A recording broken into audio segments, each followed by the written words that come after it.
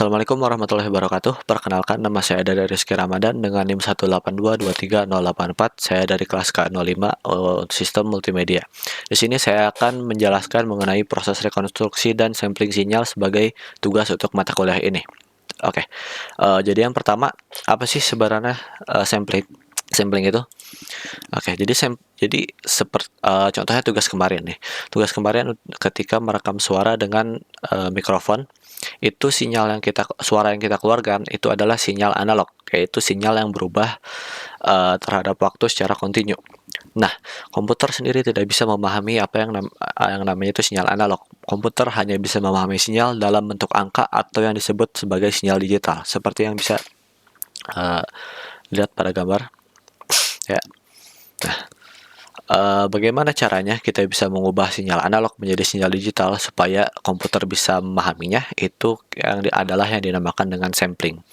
Sampling sendiri itu adalah mengambil titik-titik dari sinyal pada interval waktu tertentu. Kayak contohnya di grafik ini tuh mungkin ngambil sampling di sini, di sini, di sini, di sini, di sini, dan seterusnya. Lalu nanti itu akan diubah atau dikonvert menjadi sinyal digital. Konsepnya sendiri mirip seperti kalau kita ngambil video. Karena sebenarnya ketika kita ngambil video itu kan kita ngambil satu gambar yang banyak gitu kan, lalu kita putar secara bergantian gitu. Nah, sinyal pun sama seperti itu. Nah, semakin banyak sampel yang kita ambil, yaitu suaranya akan menjadi semakin mulus. Nah, kebalikannya, semakin sedikit sampel yang kita ambil, suaranya akan menjadi lebih tidak jelas atau informasinya itu menjadi lebih sedikit lah, seperti yang bisa dilihat di sini. Ini mana kursornya? Ya. Ya. Seperti yang dapat dilihat di sini, ini adalah lower sampelnya lebih sedikit, dan ini adalah sampel yang lebih banyak. Jika kita mengambil sampel terlalu sedikit, itu nanti akan ada yang namanya aliasing. Aliasing sendiri adalah ketika kita melakukan rekonstruksi sinyal dari sinyal digital menuju sinyal analog kembali, itu tidak terjadi rekonstruksi secara sempurna. Itulah yang dinamakan dengan aliasing. Aliasing terjadi jika sampling rate-nya di bawah dari Nyquist rate. Nyquist rate sendiri itu apa? Nah, Nyquist rate sendiri itu adalah frekuensi minimal yang harus kita ambil supaya rekonstruksinya itu menjadi sempurna, itu minimal ya, agar sinyal yang dapat rekonstruksi itu nggak kehilangan informasi. Jadi frekuensi sampling itu harus minimal 2 kali lebih besar dari frekuensi maksimum sinyal yang disampling. Contohnya itu nih, manusia sendiri memiliki audio frekuensi dari 20 sampai 20.000 Hz, 20 kHz. Jadi audio sampel yang diambil itu setidaknya harus jadi 40.000 Hz supaya tidak terjadi aliasing. Namun idealnya sampling rate-nya harus jauh lebih tinggi daripada ini. Nah, bagaimana cara kita mengubah dari sinyal analog ke sinyal digital? Kembali lagi, itu menggunakan dengan yang namanya itu ADC, yaitu Analog to Digital Converter. Ini adalah proses mengubah ini adalah proses mengubah sinyal analog menjadi sinyal digital.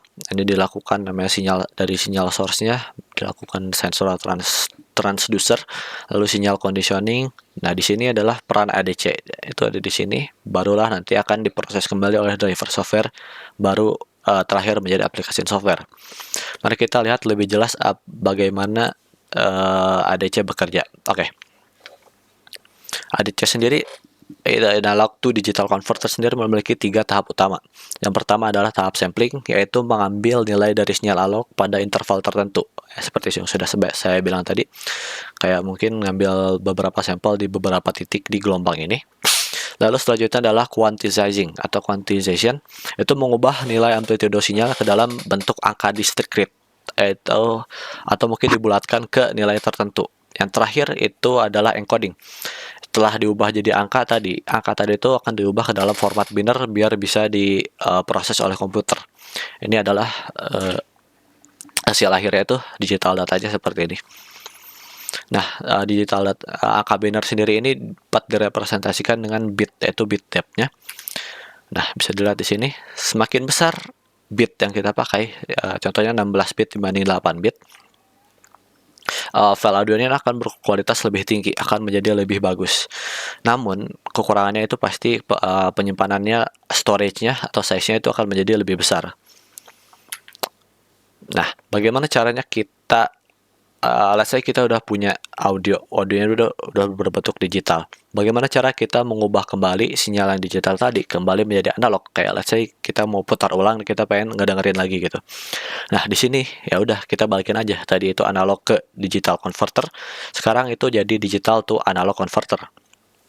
Nah, digital to analog converter itu bekerja dengan cara membaca angka digital lalu mengubah kembali menjadi sinyal analog. Prosesnya mirip kayak ngegambar ulang titik-titik, kayak contohnya ini agak kelihatan nggak?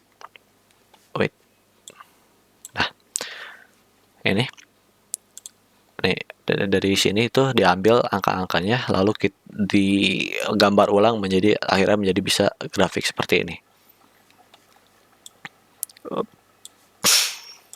Nah, cuman namanya kita melakukan rekonstruksi dari sampel tadi, itu rekonstruksinya nggak akan 100% sama dengan sinyal aslinya. Untuk supaya kita bisa memperhalus sinyalnya, supaya bisa lebih bagus lagi, kita menggunakan yang namanya low pass filter. Nah, filter ini berfungsi untuk mengulangkan frekuensi tinggi. Ya, nggak kelihatan lagi. Ya, ini frekuensi tinggi seperti ini dihilangin yang muncul akibat sampling sehingga sinyal yang dihasilkan menjadi lebih mirip seperti sinyal analog aslinya. Oke, next. Oke, kesimpulannya itu nggak kelihatan. Ini udah bawah aja ya. Nah, kesimpulannya dari tadi itu sampling sinyal adalah proses mengubah sinyal analog ke digital dengan mengambil titik-titik sampel. ADC, analog to digital converter, mengubah sinyal analog menjadi sinyal digital melalui proses sampling, quantization, dan encoding. Lalu yang sudah sinyal digital yang sudah disimpan tadi akan dilakukan rekonstruksi lagi oleh DAC yang mengubah angka digital kembali menjadi sinyal analog menggunakan low pass filter. Ini supaya bisa didengar kembali. Dan terakhir, teorema Nyquist memastikan bahwa kita harus sampling dengan frekuensi minimal 2 kali lipat dari frekuensi tertinggi sinyal asli untuk menghindari aliasing. Oke, mungkin sekian saja presentasi dari saya. Mohon maaf bila ada kesalahan. Terima kasih sudah menonton. Assalamualaikum warahmatullahi wabarakatuh.